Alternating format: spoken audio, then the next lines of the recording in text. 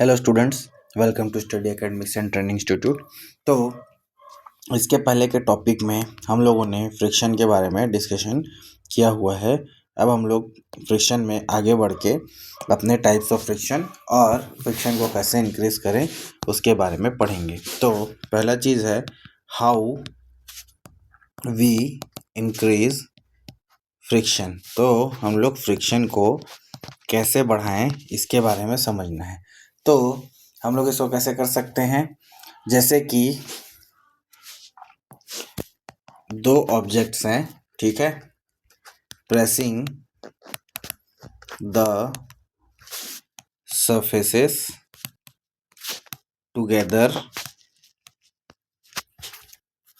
Very strongly, जैसे मैंने आपको बताया, ठीक है। तो उसके वजह से क्या होगा, स्ट्रंगर। तो पिछले बार जैसे एडेसिव बताया था, एडेसिव नेचर क्या होता है, जिसकी वजह से दो ऑब्जेक्ट एक दूसरे से क्या होते हैं, चिपकते हैं, या उसमें जो भी बॉन्ड बनता है वही हमारा होता है। तो वही चीज़ बोल रहा है जो हमारा पहला टॉप पॉइंट है कि कोई भी सरफेसेस को वेरी जो क्या बोला जाए, प्रेस कर दे, यानी कि दबा दे एक दूसरे से, वही चीज़ हमारा होता है, क्या बोला जाए, pressing surfaces together very strongly, जिसकी वजह से फ्रिक्शन क्या होता है, इंक्रीज होता है, ठीक है। तो उसके एग्जांपल के लिए, जैसे कि ये आपके सामने एक बाइसाइकिल है, ठीक है। यह ब्रेक अप्लाई कर रहा है, तो ब्रेक पैड्स जो हैं ये यहाँ पर दब रहे हैं, जिसकी वजह से ये जो टायर है रोल होना बंद हो रहा है, जिसकी वजह से ये मोशन कम हो जा रहा है और उसकी वजह से ये साइकिल स्टॉप हो जाएगा। तो क्या हो रहा है, जो ब्रेक पैड्स उस पर अप्लाई हो रहे हैं, जो ब्रेक प्लेट्स उस पर किस पे, यहाँ पे, ये जो ब्रेक प्लेट्स अप्लाई हो रहे हैं वही क्या कर रहे हैं, दोनों के बीच में फ्रिक्शन को क्या कर रहे हैं, बढ़ा रहे हैं, जिसकी वजह से ये जो चक्का है, ये जो व्हील है, ये स्टॉप हो रहा है। वही चीज़ हमारा क्या हो रहा है, तो ये ब्रेक पैड्स हमारे फ्रिक्शन को क्या कर रहे हैं, इंक्रीज कर रहे हैं, ठीक है। तो ये हो गया पहला एग्जाम्पल। तो यहीं पे एग्जाम्पल के तौर पे जैसे अगर लिखना चाहो तो आप लिख सकते हो, क्या we applying brakes on a bicycle और कार, ठीक है। तो brake pads pressed against a moving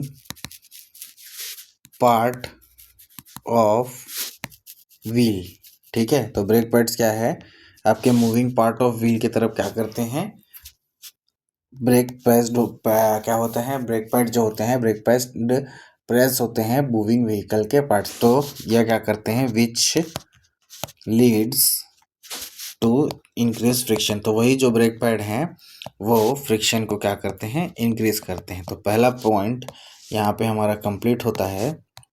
now second point जो है कि जैसे we have to increase roughness. तो रफनेस ऑफ सरफेस अगर हम बढ़ा दें, उससे भी क्या होता है, फ्रिक्शन जो है वो अपना इंक्रीज हो जाता है। तो ये दो पॉइंट है जिसकी वजह से हम लोग क्या है, फ्रिक्शन को बढ़ा सकते हैं, ठीक है। तो जिसमें जो भी सरफेस होगा, जो भी कांटेक्ट में आएगा, तो उसकी रफनेस को बढ़ा देंगे। जैसे कि एग्जांपल के लिए मैं लिख देता हूँ, एग्जांपल अगर आप इसका समझना चाहे, threading of shoes and tyres, ठीक है। Threading of shoes and tyres, तो वो क्या करते हैं, इंक्रीज कर देते हैं फ्रिक्शन की वजह से, जिसपे हमारा जो रोड में रोड ट्रेवल क्या हो जाता है, जिसमें इजी हो जाता है, वही क्या करते हैं, तो उस किसकी वजह से, तो उसमें क्या होते हैं, जो टायर्स होते हैं वो स्लिप नहीं होते हैं। अब ये थ्रेडिंग क्या होता है ये मैं आपको बताता हूँ। जैसे कि ये आपको ये टायर दिख रहा है, ये, ठीक है। ये टायर में जो ये दिख रहे हैं ना, ये छोटे छोटे पॉइंट्स, तो यही क्या है, इसी को ही बोलते हैं थ्रेडिंग ऑफ टायर्स ठीक है, थ्रेडिंग ऑफ टायर्स। तो इसके वजह से क्या होता है, इस टायर का जो फ्रिक्शन रहता है, ठीक है, फ्रिक्शन वो क्या हो जाता है, इंक्रीज होता है, जिससे नो स्लिप कंडीशन, यानी कि टायर्स के थ्रेड की वजह से रोड में स्लिप नहीं होता और बाइसाइकिल या कार क्या होते हैं, इजीली आपके मूव करते हैं। ठीक है, वही चीज़ है ये आपको जो बताया, जो ये जो जैसे कि ये टायर है, ठीक है, ये और इसमें जो इस तरीके से गड्ढे बने होते हैं, ये इसके थ्रेड्स होते हैं। ठीक है, तो ये दो चीज़ें हमें समझ में आ गई, 2 पॉइंट। अब हम लोग इसके बाद पढ़ेंगे क्या, जैसे कि अगर मैं इस चीज़ को यहाँ छोटा कर देता हूँ, तो अब हम लोग यहाँ से पढ़ेंगे आपका टाइप्स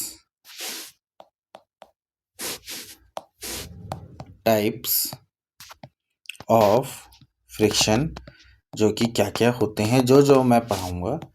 तो टाइप्स ऑफ फ्रिक्शन में हम लोग पढ़ेंगे एक static friction, kinetic friction,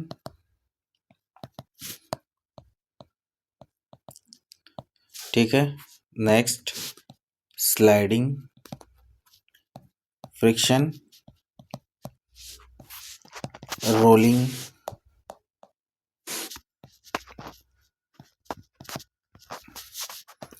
friction. तो इतने हम टाइप्स पढ़ेंगे और इसी में ही हम लोग पढ़ेंगे ड्रैग और फ्लूइड में फ्रिक्शन कैसे होता है, इसके बारे में इतनी चीज़ें हमको पढ़ता है।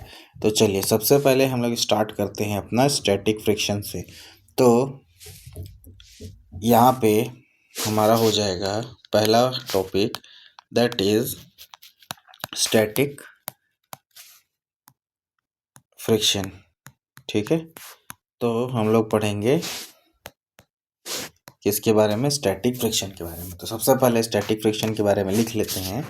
तो स्टैटिक फ्रिक्शन होता क्या है, the force of friction which is introduced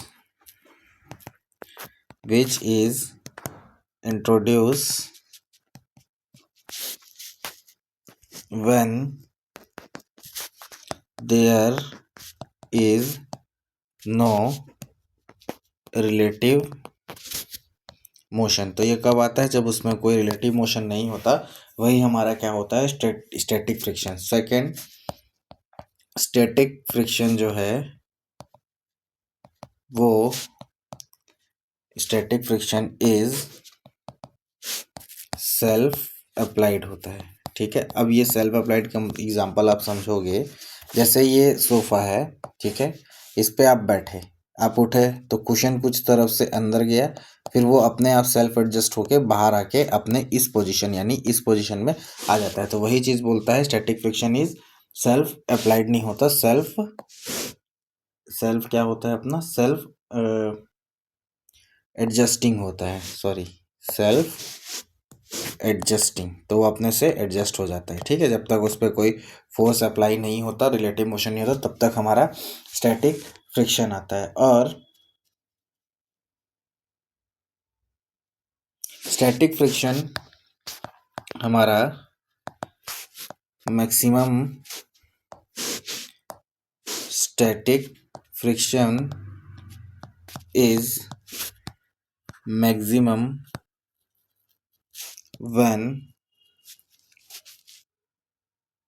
static friction is when static friction is maximum when applied force on body is about to slide। तो स्लाइडिंग के टाइम में स्टैटिक फ्रिक्शन क्या होता है, हमारा मैक्सिमम होता है। तो ये हो गया स्टैटिक फ्रिक्शन की जानकारी। ये एक एग्जांपल है, जब इसको हम पुश करेंगे आगे की तरफ, तो ये आगे की तरफ क्या होगा, मोशन में आएगा और मूव करने लगेगा, वही हमारा स्टैटिक फ्रिक्शन एग्जाम्पल है। उसके बाद देखिए ये टायर्स, ठीक है, अभी क्या है, खड़े हैं, तो तो ये क्या है, इस रोड के साथ ये, तो ये यहाँ पे स्टैटिक फ्रिक्शन लगा रहा है। यानी कोई भी जैसे ऑब्जेक्ट, ये मैं जैसे बना रहा हूँ यहाँ पे वाइट कलर का ब्लॉक, ये इस रोड पे इस तरीके से पड़ा हुआ है, तो ये क्या है, इसके साथ रोड में स्टैटिक फ्रिक्शन में है अभी। ठीक है, तो यही हमारा स्टैटिक फ्रिक्शन होता है। ठीक है, उसके बाद एक चीज़ इसी में पढ़ना है हम लोगों को, that is second kinetic friction. तो काइनेटिक फ्रिक्शन क्या होता है? The friction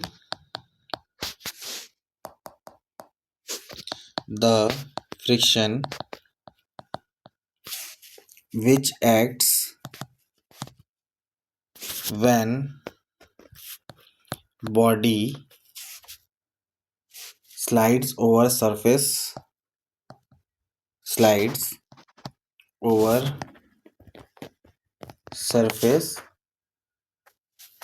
of other body।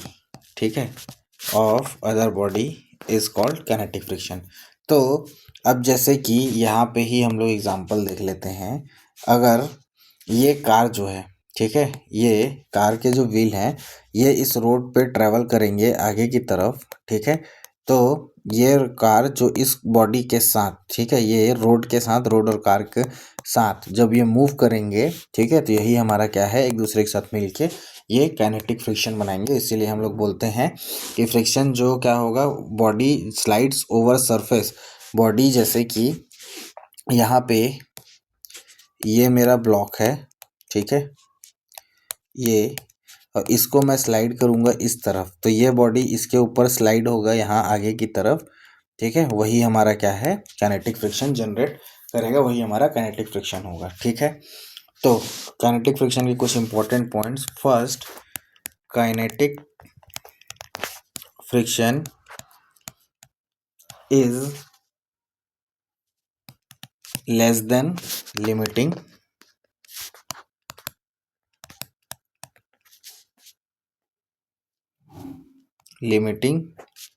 Friction. ठीक है, kinetic friction is less than limiting friction. तो अब यहाँ पे लिमिटिंग फ्रिक्शन क्या होता है, इसका भी मैं पॉइंट दे देता हूँ।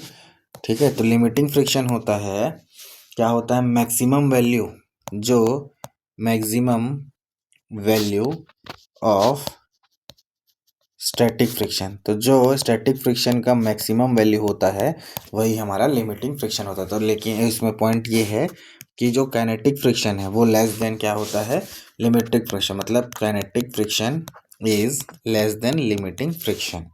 ये शॉर्ट में लिख दिया ताकि याद हो जाए। तो ये काइनेटिक फ्रिक्शन यानी के एफ यानी काइनेटिक फ्रिक्शन, एल एफ यानी लिमिटिंग फ्रिक्शन। तो kinetic friction is less than limiting friction, और जो मैक्सिमम वैल्यू होती है स्टैटिक फ्रिक्शन की वही हमारी काइनेटिक फ्रिक्शन होती है।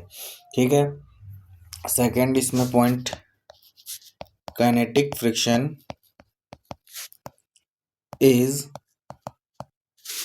Independent of relative speed. मतलब ये रिलेटिव स्पीड पर डिपेंड नहीं करता था, तो इंडिपेंडेंट ऑफ रिलेटिव स्पीड। तो ये क्या होता है, रिलेटिव स्पीड से इंडिपेंडेंट होता है, किसमें, बिटवीन टू बॉडीज बोलना, जैसे यहाँ पे रोड और टायर हो गया, या ब्लॉक और रोड हो गया, या जो भी उसका सरफेस होगा उसके बारे में। ठीक है, प्रोवाइडेड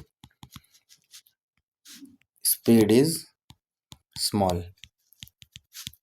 ये हो गया सेकेंड पॉइंट। अब नेक्स्ट पॉइंट है,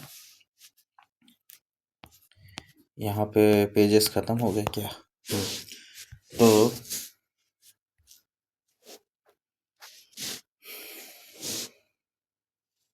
ये हुआ स्टैटिक। हाँ, तो यहाँ पे नेक्स्ट पॉइंट है, थर्ड पॉइंट, जो कि है, थर्ड पॉइंट बोल रहा है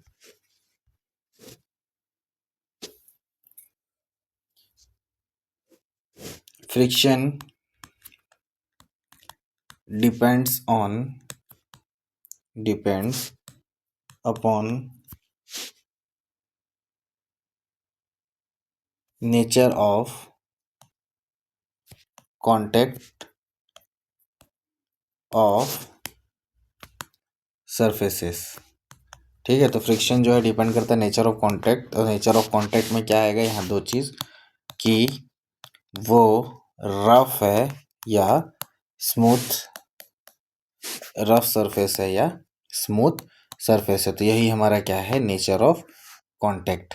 ठीक है, कि वो रफ है कि स्मूथ है, तो वही बोल रहा है काइनेटिक फ्रिक्शन या friction depend on nature of contact of, जो भी उसका सरफेस है वो रफ है या स्मूथ है, इस पर डिपेंड करेगा। ठीक है, रफ होगा तो फ्रिक्शन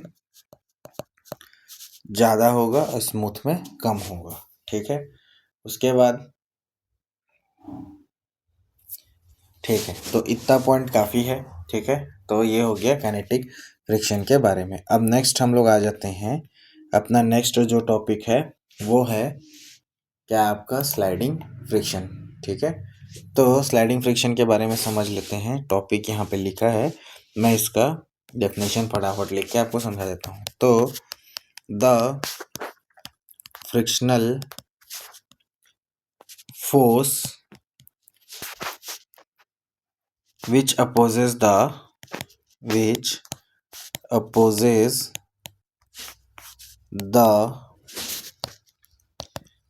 स्लाइडिंग मोशन, तो स्लाइडिंग मोशन को जो अपोज करता है बिटवीन टू सरफेसेस,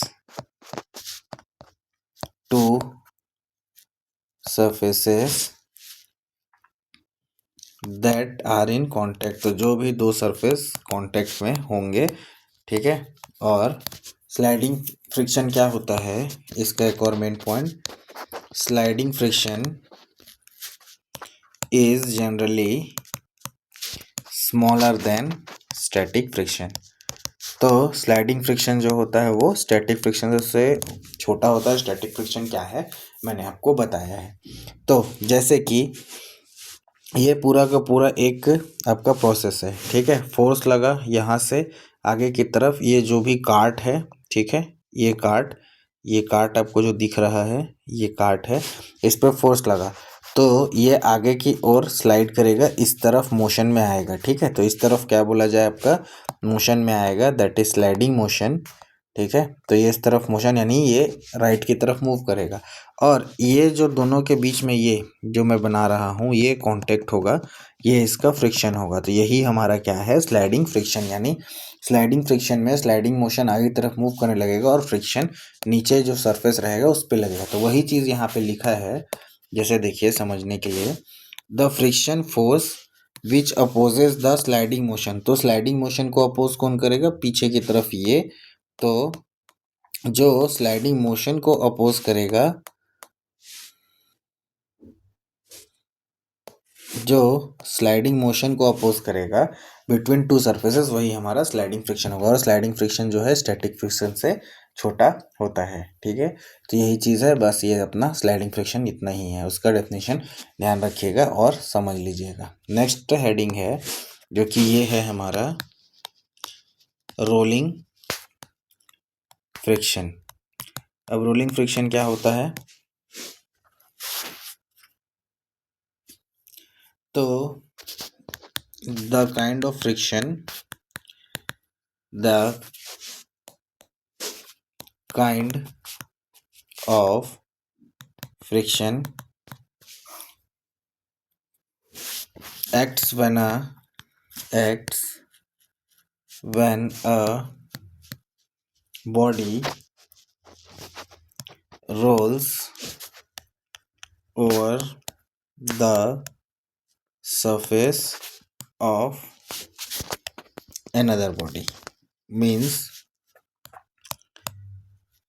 कोई भी जो ये फ्रिक्शन ऐसा है जैसे कोई बॉडी है। ठीक है, जैसे मैं यहाँ पे एग्जांपल बनाता हूँ, उसके बाद पिक्चर वाली भी चीज़ समझ आऊँगी। ये सिंपल, ठीक है, उसके बाद इस पे ये एक तरीके का बॉल है।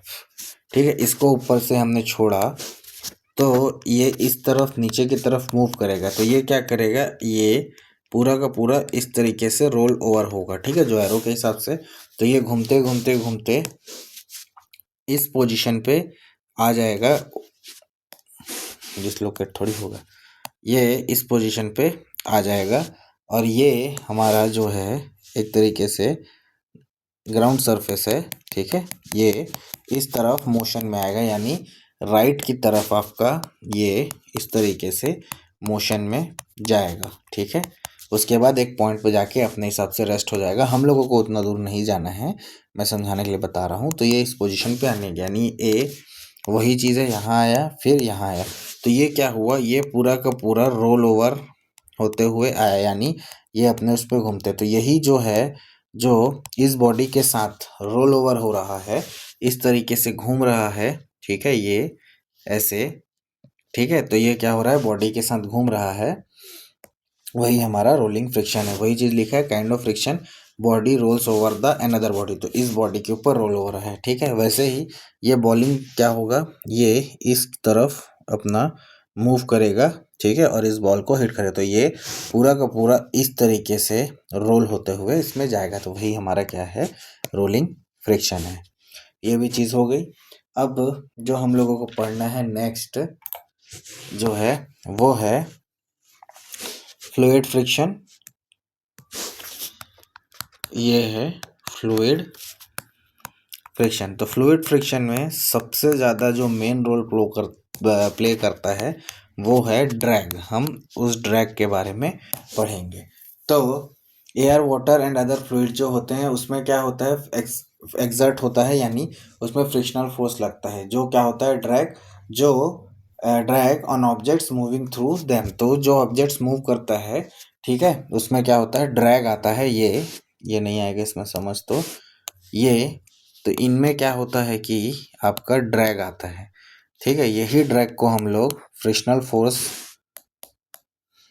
क्या बोलते हैं, आपका फ्रिक्शनल फोर्स बोलते हैं, जो कि होता है हमारा ड्रैग, जिसके वजह से क्या होता है, हमारी जो ये बॉडीज़ है या ये फिश उसमें क्या करती है, मूव करती है, ठीक है, ठीक है।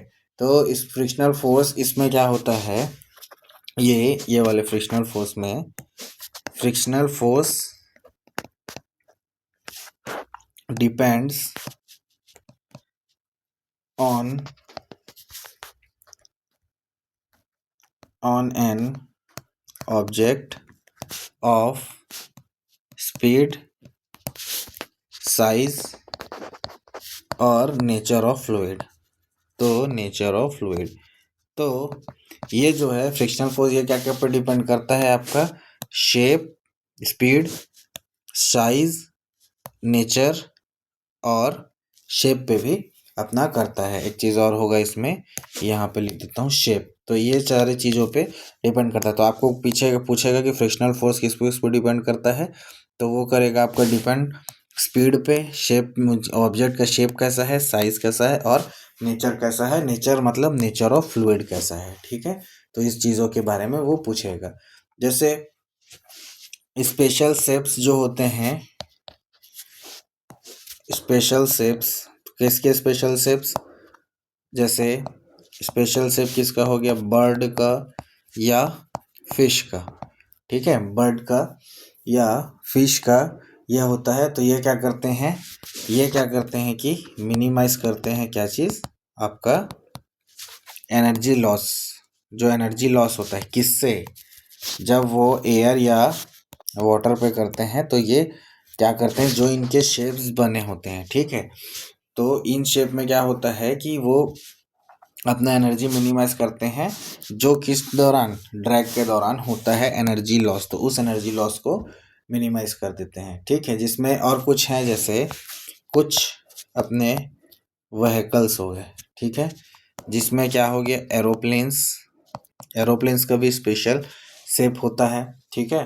तो ये इस तरीके से डिज़ाइन हो जाता है कि वो क्या करते हैं, इस तरीके से डिज़ाइन किए जाते हैं कि क्यों डिज़ाइन किए जाते हैं, वो करते हैं फ्रिक्शन, जो फ्लूइड फ्रिक्शन रहता है उसको रिड्यूस करते हैं और इनकी एफिशिएंसी को बेटर करने की कोशिश। तो इसीलिए इनका जो शेप रहता है वो उस तरीके से डिज़ाइन किया जाता है। और एफिशिएंसी बेटर होगा तो इसमें क्या होगा, ड्रैग में जो एनर्जी लॉस होगा, एनर्जी लॉस इन ड्रैग, वो क्या हो जाएगा, कम हो जाएगा, ठीक है। तो शेप यहीं पे करता हूँ इनको छोटा करके,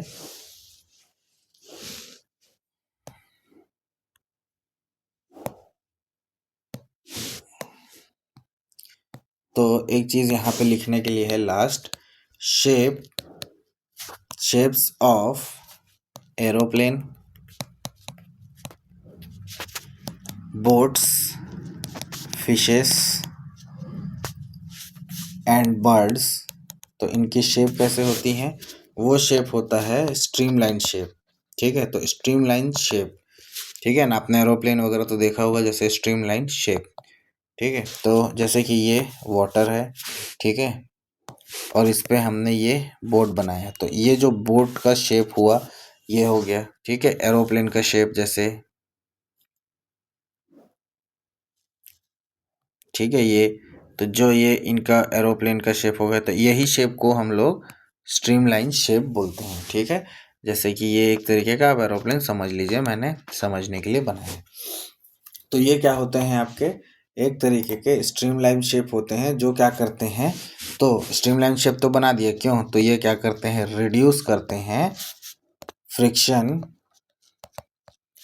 ड्यू टू फ्लूइड। जो फ्लूइड या जो एयर, फ्लूइड, हाँ, अब फ्लूइड के बारे में बता देता हूँ। फ्लूइड में सिर्फ वाटर नहीं होता, ठीक है ना, फ्लूइड वाटर ही नहीं होता या लिक्विड ही नहीं होता, इसमें फ्लूइड में गैस होते हैं, और हम लोग यहाँ गैस में एयर का भी बात कर रहे हैं, जिससे क्या होता है, तो इसको ये रिड्यूस करता है, जिससे हमारा जो एनर्जी लॉस होना है, एनर्जी लॉस, वो क्या हो जाता है आपका, रिड्यूस यानी कम हो जाता है, ठीक है। तो आप समझ गए होंगे कि स्ट्रीमलाइन शेप ऑफ, वो क्या बोला जाए आपका, streamline shape of aeroplanes, boats, fishes, birds, ये क्यों किया जाता है, वो क्या करता है, फ्रिक्शन को रिड्यूस करता है, जिसकी वजह से क्या होता है, ड्रैग कम होता है, किसमें, फ्लूइड के जैसे जो ड्रैग है ना वो कम होता है, उसमें वजह से एनर्जी लॉस आपका कम हो जाता है, ठीक है। तो आज हम मेरे लिए इतना ही टॉपिक है, इतने टॉपिक को ही करते हैं, उसके बाद मिलते हैं हम लोग अपना नेक्स्ट वीडियो में, नेक्स्ट क्लास में। तब तक के लिए thank you and have a nice day.